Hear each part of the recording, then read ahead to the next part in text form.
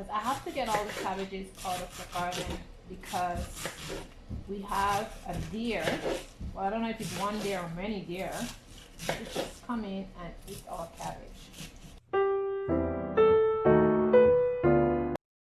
This year, my cabbages did amazing.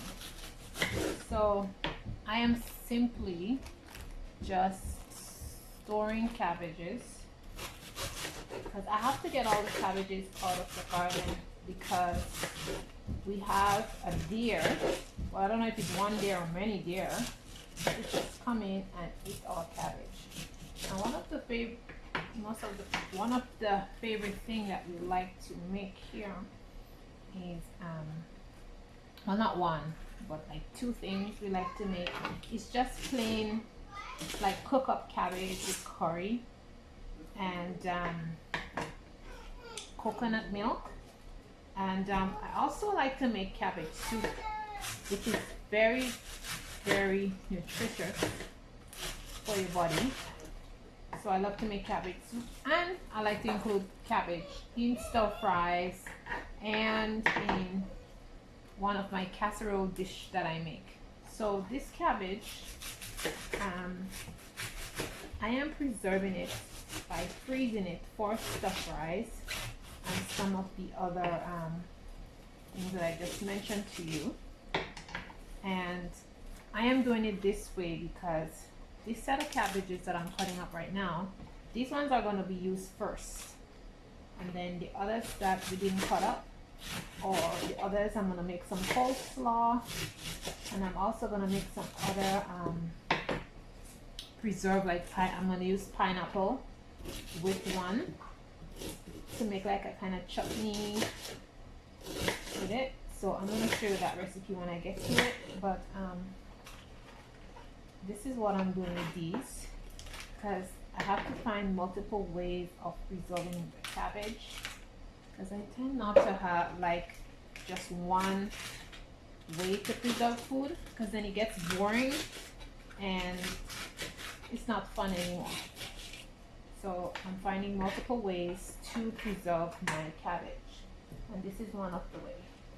And the leaves, once they're in good condition, I also add them to the mix because the leaves are good too. You don't have to throw away the leaves. Another way I save the leaves is I usually just get a bag and I just put the leaves in it and I freeze them and I use them for soup. So, okay, so I'm done with this. And you don't need anything fancy for that. If you're gonna make that, you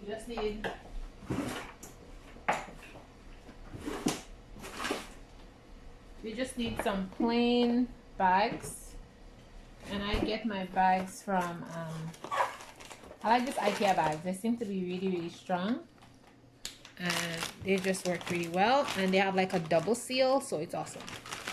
So it's just very simple. I just put all my cabbage in there, as much as the bag can hold, because this is like the amount that I'm putting here is basically for one meal, because when cabbage cook down it tends to shrink. So I put about this amount inside the bag. That should be enough for one meal, and then the rest that's in here is gonna go in the bag. And I want to do some more because we have so much cabbage.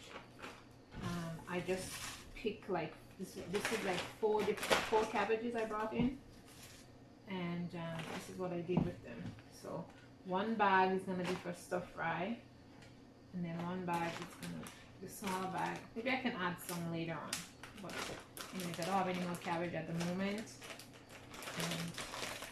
So what you do is, let me show you.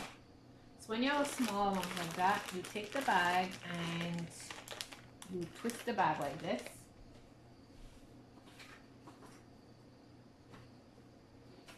Then you get a rubber band and you put around the bag. You have bag number one. And then I did these ones already. in smaller bags. So I'm just gonna place them all here. And for this bag, there's some little bit left on the cutting board. So you just want to get all of that in there. Move the board out of the way. So you want to make sure you get all the air out of the bag. I love this IKEA bag because they have they have a double seal, and I love them. And you squeeze out the air, and it's become like a suction. And you close that up. And then you want to find your elastics. Where is my elastics? But you want to find your elastic, and you put your elastic over the bag to keep it like that. And that's it, guys. So this is a amazing way to another way to store your cabbage. Just freeze it like this and it's good to go. I also have this machine that I use.